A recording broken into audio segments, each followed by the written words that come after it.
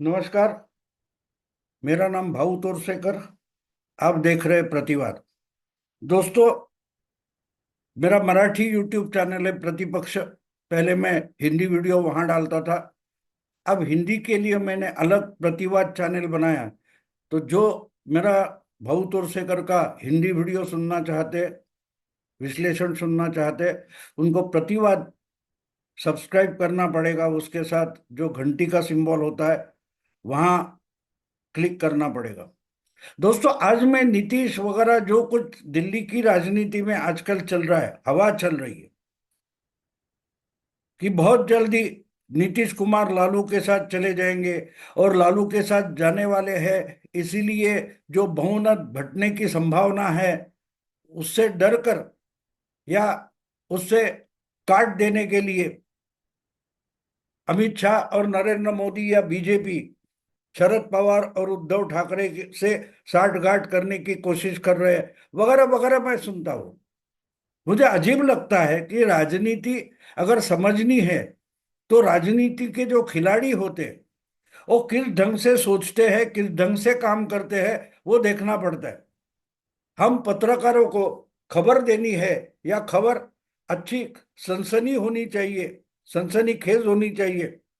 इसलिए तो कोई राजनेता कुछ भी करता नहीं। हाँ, एक बात है, सनसनी मचाने वाले बयान ये लोग जरूर देते हैं, लेकिन ऐसा कुछ भी नहीं करते कि जो सनसनी मचाएगा और उनका नुकसान करेगा, उनकी पार्टी का नुकसान करेगा, उनका व्यक्तिगत नुकसान करेगा। ऐसा कुछ भी राजकीय नेता नहीं करते, राजनीतिक नेता नहीं करते।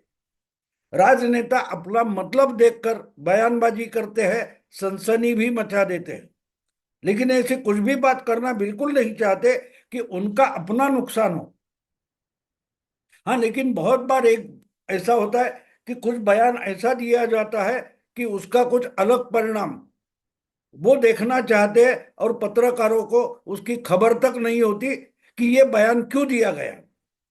तो इसलिए परिस्थिति से जोड़कर, स्थितियों जो है उससे जोड़कर ऐसे बयानों को समझना जरूरी होता है। और इसलिए लालू ने नीतीश को ऑफर दे दी, तेजस्वी ने ये अमुक कहा वगैरह, या सम्राट सिंह वगैरह कोई नीतीश को मिलने गए तो क्या क्या हो रहा है, या उद्धव ठाकरे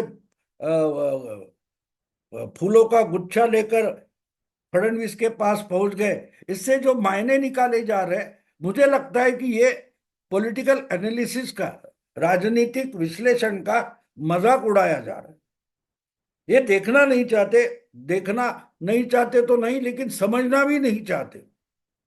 अब देखिए, अगर मोदी सरकार को या मोदी जी को, अगर जो अल्पमत वाली सरकार है, ना बीजेपी के है बल्कि एनडीए की है, जिसके दो पैर, एक चंद्रबाबू नायडू है और दूसरे नीतीश कुमार है, उनकी नाराजगी होने की संभावना होते हुए भी अगर मोदी जी या अमित शाह कुछ कर रहे हैं तो यह समझना जरूरी होता है कि अल्पमत से ये डरे हुए नहीं है, वो सरकार बचाने की कोशिश में नहीं है। बावजूद इसके कि उनके पास 240 एमपी है अपने, और 272 होने की कोई गारंटी नहीं। ऐसे वक्त में अगर मोदी और शाह कुछ कठिन और स्ट्रांग डिसीजन ले रहे हैं, कुछ कर रहे हैं, वक्फ हो या लॉ वर्शिप एक्ट हो, ऐसे जो कुछ कर रहे हैं, तो उसका मतलब हमें समझना जरूरी होता है कि वो अलग ढंग से गवर्नमेंट चला रहे, अलग उनकी राजनीति है। और वो क्या है, जो डर पत्रकार दिखा रहे या पॉलिटिकल पार्टियां दिखा रहे या सनसनीखेज बयान जो आ रहे, उसमें जो बताया जा रहा है कि हाँ मोदी का बहुमत चला गया, या दूसरी जगह बोल दिया जाता है कि अब पवार और ठाकरे शरद पवार के साथ आ गए तो बीजेपी 272 हो जाएगी। ये सब जो एनालिसिस चल रहा है, वो एनालिसिस का मजाक है, ऐसे मैं मानता हूं। और इसका कारण ये है कि ऐसा कुछ होता नहीं है। राजनेता या पॉलिटिकल पार्टीज अपना हित देखकर, अपना फायदा देखकर ही कुछ करते हैं या बोलते हैं। तो इसलिए मुझे ऐसा लगता है कि सरकार ना नीतीश गिराएंगे, ना नीतीश या और कोई गिराएगा, इसका डर मोदी और शाह को है। अगर जिस ढंग से नीतीश, चंद्रा बाबू या बाकी की राजनीति चल रही है, उससे सरकार गिरती है तो उसका अमित शाह और नरेंद्र मोदी स्वागत ही करेंगे। दूसरा कोई बाहर से सरकार गिराने की कोशिश करने की बात दूर की है। खुद मोदी और शाह चाहते हैं कि ये सरकार, जो अल्पमत की सरकार है, वो अगर गिरती है तो उनको वो चीज चाहिए। क्योंकि अगर सरकार गिरती है तो दूसरी सरकार बनानी पड़ेगी। बहुत सारे मुझे लगता है कि पत्रकार जो है वो 20-25 साल से ज्यादा उनकी उम्र पत्रकारिता में नहीं है। इसलिए इन्होंने 96 से लेकर 99 तक जो राजनीति हुई वो देखी तक नहीं है, ना समझी है। हाँ, एक बात है कि ये खबरें देखकर, सर्च करके, ढूंढ करके लाकर आप जान सकते हैं, लेकिन क्या समझ सकते हैं? 96 में जो लोकसभा का चुनाव हुआ, त्रिशंकु लोकसभा थी, किसी की सरकार नहीं बन रही थी, फिर भी दो गवर्नमेंट बन गए, देवे गौड़ा और क्या बोलते हैं, इंद्र कुमार गुजराल। फिर जाके वाजपेयी की सरकार 98 में बनी, 99 में बनी। 96 से लेकर 99 तक सिर्फ 3 साढ़े 3 साल में 3 बार लोकसभा के चुनाव हो गए, 2 बार मध्यावधि चुनाव हो गए, और आखिर में 99 में बनी जो वाजपेयी सरकार थी वो 4.5 साल चली, ना गिरी। अल्पमत में होकर भी 182, 186 ऐसी कुछ बीजेपी की संख्या बल था, फिर भी चली। ये मैं इसलिए कह रहा हूं कि ऐसे अल्पमत होने के कारण सरकारें गिरती नहीं है। हर पार्टी अपोजिशन में हो या सत्ता में हो, वो अपने अपने फायदे की बात देखकर या नुकसान की बात देखकर कुछ करते हैं। आसानी से सरकार गिराई या चलाई नहीं जाती। और इसलिए अगर 240 एमपी बीजेपी ने और मोदी ने चुनकर लाए और तीसरी बार चुनाव लड़ते हुए उनका बहुमत उन्होंने गंवाया है, तो वो बहुमत जल्द से जल्द उनको वापस मिले, इसकी कोशिश शाह और मोदी के दिमाग में है। और इसलिए सबसे आसान तरीका किसी दूसरे पार्टी के एमपी तोड़ना या जोड़ना इसने नहीं है। उससे भी अच्छी बात है कि मिड टर्म पोल हो जाए, जैसे 98 में और 99 में हुआ था, 26-25 साल पहले। तो अगर ये सरकार गिराई जाती है तो दूसरी सरकार बनानी पड़ती है। 98 में हो या 99 में हो, वाजपेयी की सरकार 2 बार अल्पमत के कारण गिराई गई थी। जयललिता ने गिराई थी और कुछ हुआ था। लेकिन एक बात मत भूलिए कि वो सरकार गिरने के बाद अल्टरनेटिव सरकार कांग्रेस या और सब जो अपोजिशन के पार्टियां थी वो बना नहीं पाई थी, और इसी कारण से मिड टर्म पोल हो गया था। हाँ, एक बात है, मिड टर्म पोल होने के बाद, मध्यावधि चुनाव होने के बाद फिर से बीजेपी को अच्छी सीटें नहीं मिली थी। 182 से आगे बीजेपी नहीं पहुंची थी, उसके लिए 2014 साल आना पड़ा। लेकिन आज अगर बीजेपी के पास बहुमत नहीं है, 240 सीटें हैं, तो ये एक्सीडेंटल वर्डिक्ट है। जो कुछ हुआ वो अचानक हुआ, और ये हरियाणा और महाराष्ट्र के चुनाव ने दिखा दिया है कि कुछ गड़बड़ हुई, इसलिए 303 वाली बीजेपी 240 तक आ पहुंची। अगर सही तरीके से बीजेपी चुनाव लड़ती तो बीजेपी कम से कम 60 सीटें कम होकर 240 पर नहीं अटकती। और जिस ढंग से उसी वोटर ने हरियाणा और महाराष्ट्र के चुनाव में अपना वर्डिक्ट दिया है, वो बताता है कि मोदी का बहुमत जाने से हिंदू वोटर को पछतावा है, वो अपनी गलती सुधारना चाहता है। अगर वोटर गलती सुधारना चाहता है, बड़ी संख्या में अगर हिंदू वोटर जो कुछ हुआ वो बदलना चाहता है, तो उसके लिए चुनाव यही एक जरिया है, मार्ग है, रास्ता है। और इसीलिए अगर मोदी की ये अल्पमत वाली एनडीए सरकार अगर नायडू या नीतीश या और कोई किसी चालाकी से गिराएगा, तो मोदी और अमित शाह उसका स्वागत करेंगे। कारण उनको मालूम है, पक्का मालूम है कि ये सरकार गिरा सकते हैं, लेकिन अल्टरनेटिव सरकार, पर्यायी सरकार बना नहीं सकते। और अगर आप अल्टरनेटिव सरकार गवर्नमेंट नहीं बना सकते, तो सिर्फ मिड टर्म पोल का ही चारा बचता है, रास्ता बचता है। और अगर मिड टर्म पोल हो जाए, तो हमने देखा कि महाराष्ट्र में क्या हुआ, हमने देखा हरियाणा में क्या हुआ। जहां बीजेपी अच्छी तरीके से लड़ सकती है, ऐसी जगह जो बीजेपी को हराना चाहते, उनका सफाया हो गया। आपने देखा होगा कि हरियाणा में इंडियन नेशनल लोकदल आईएनएलडी और जो जननायक जनता पार्टी, जो चौटाला फैमिली की ही दो पार्टियां थी, जिनके कारण बीजेपी की अल्पमत वाली सरकार हरियाणा में गड़बड़ा गई थी, उनके साथ विधानसभा चुनाव में कांग्रेस का सफाया हो गया। जो कांग्रेस लोकसभा में जीती थी, 10 में से 5 सीटें कांग्रेस ने जीती थी, लेकिन विधानसभा में कांग्रेस का भी सफाया हो गया। और जो आईएनएलडी और जेजेपी नाम की पार्टियां थी, उनका तो पूरा सफाया हो गया। एक आईएनएलडी का एक उम्मीदवार शायद आ गया। और महाराष्ट्र में तो महाविकास आघाड़ी नाम का जो गठबंधन था, उसका भी सुपड़ा साफ हो गया।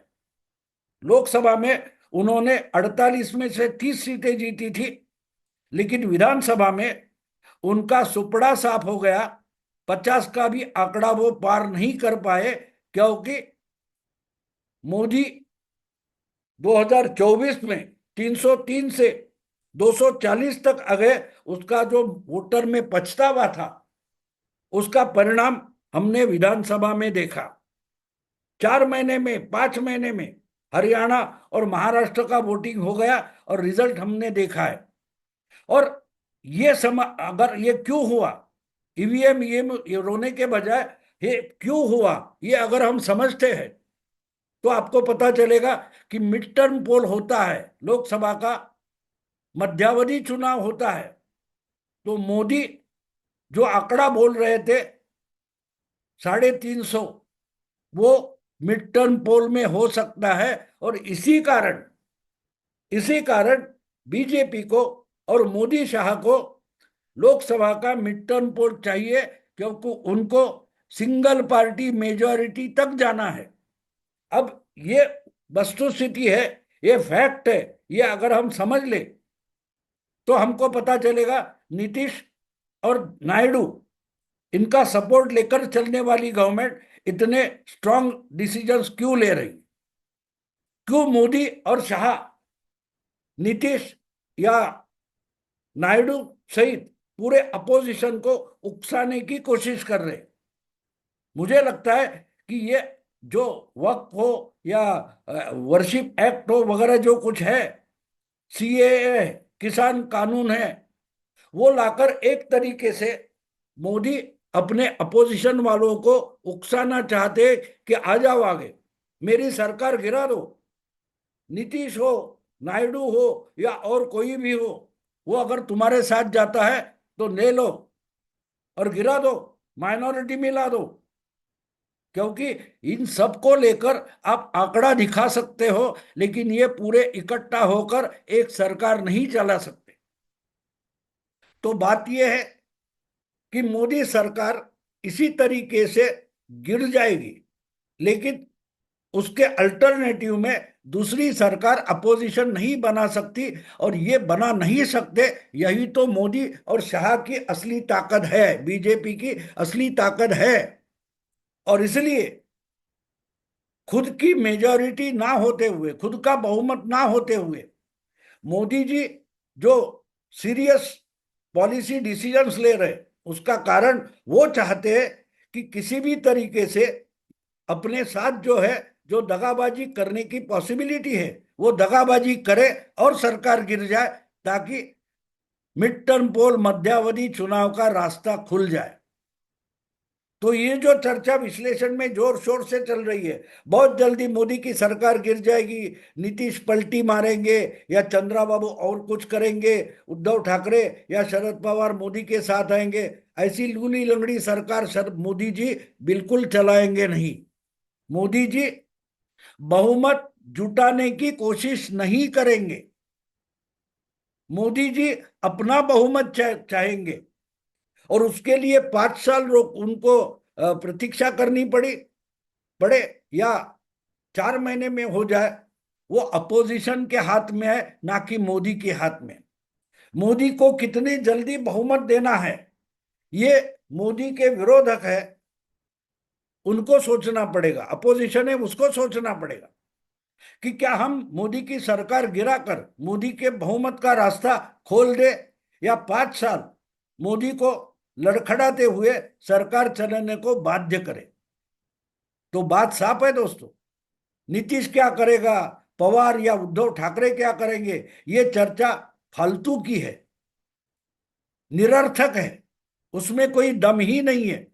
क्योंकि अगर मोदी ही खुद की सरकार गिराना चाहते हैं, तो उनको किसी अपोजिशन लीडर की जरूरत है जो ये काम करे, और वो काम मोदी की मदद होगी, ना कि मोदी का नुकसान होगा। तो ये जो चर्चा मैं सुन रहा हूं, मुझे हंसी आती है ऐसे लोगों पर कि जो मोदी की बहुमत की चिंता कर रहे हैं। मोदी को बहुमत की चिंता नहीं है, वो अल्पमत पे खुश है, क्योंकि जितनी गड़बड़ बाकी सारे साथ वाले या अपोज वाले करेंगे, उतना उनका ही फायदा है। और जो जो मोदी सरकार गिराने की कोशिश करेंगे, कांग्रेस के 99 फिर से चुनकर आना मुश्किल है, ना महाराष्ट्र से, ना हरियाणा से, ना राजस्थान से। तो उनका आंकड़ा पीछे 50 या 40 पर जाकर रुक जाएगा। अखिलेश यादव के यूपी में फिर से 37 एमपी आने वाले नहीं हैं, और वो भी जानते हैं। इसलिए मोदी की सरकार 5 साल चले, यानी कि जो है वो लोकसभा 5 साल चले, इसकी चिंता अपोजिशन को करनी है। इसलिए मोदी उनको उकसाने की कोशिश कर रहे, स्ट्रांग से स्ट्रांग डिसीजंस ले रहे। तो एक बात समझ लो, कोई और मोदी की सरकार गिराना चाहता है तो मुझे पता नहीं, लेकिन खुद मोदी अपनी सरकार गिराने की प्रयास में है। आगे क्या होता है हम देखेंगे। यही रुकता हूं। अगर ये वीडियो पसंद आए तो लाइक कीजिए, शेयर कीजिए, और प्रतिवाद को ज्यादा से ज्यादा सब्सक्राइब कीजिए। नमस्कार।